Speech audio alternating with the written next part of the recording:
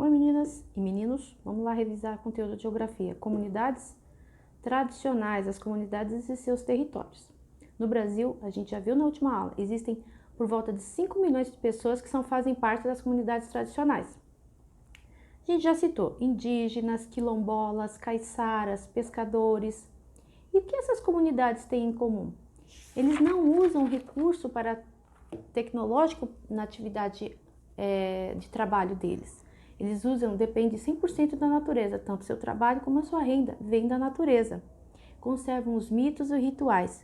E os descendentes das famílias ainda vivem no mesmo lugar. Um exemplo é a comunidade quilombola. Os quilombos eram lugares onde os negros fugiam dos maltratos na época da escravidão. E até hoje essas regiões ainda existem e consequentemente, as suas comunidades, os seus descendentes vivem lá, e são as comunidades quilombolas.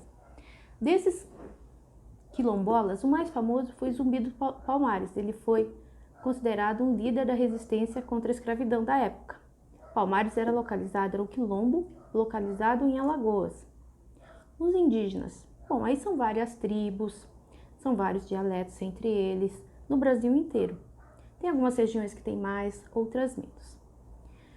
Mas quando os portugueses chegaram aqui no Brasil, para evitar a mistura de raças, de culturas, apesar que isso aconteceu, mas para que se fosse preservada a memória e a cultura indígena, foi criada a FUNAI. Foi um órgão responsável de delimitar e demarcar o território indígena. Então, a FUNAI separou esse lugar, delimitou esse lugar, e as pessoas não podem construir fábricas, não podem construir casas nem edifícios nesses lugares específicos. Para a gente continuar, pedi que vocês fizessem a pesquisa a respeito das seguintes situações. Se no seu município existem povos indígenas, se existem, quais?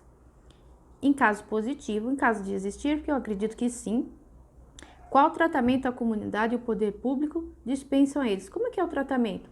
Eles têm lugares, uma área demarcada para eles? Existe escola nessas aldeias? Eles vivem na zona urbana ou na rural? Identifique 2 costumes indígenas reconhecidos e reproduzidos pela sociedade urbana. Algum costume que a gente vê no nosso dia a dia. Por que as características naturais das terras indígenas devem ser preservadas? Na revisão, e se você ler no texto, a gente já vai perceber por que a gente tem que preservar a cultura. O que pode acontecer com as comunidades indígenas que precisam abandonar o seu modo de vida original? O que pode acontecer?